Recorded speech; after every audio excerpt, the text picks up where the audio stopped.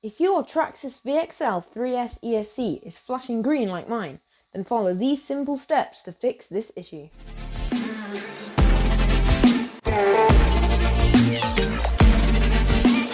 Why is your ESC flashing green?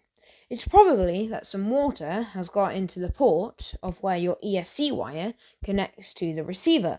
So what you want to do is get some tissue paper or a rag and just clean the port along with the connector down. If you go back to test that the ESC is working and you have no luck, then calibrating the ESC might help. First of all, switch on the transmitter.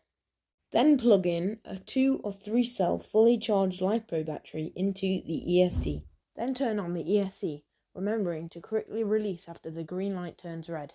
When the light blinks red once, hold down full throttle.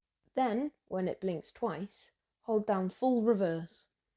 When the ESC continuously blinks green, calibration is complete. That'll be it for today's video. Hope you guys found this helpful. If you did, just drop a like down there, it really does help.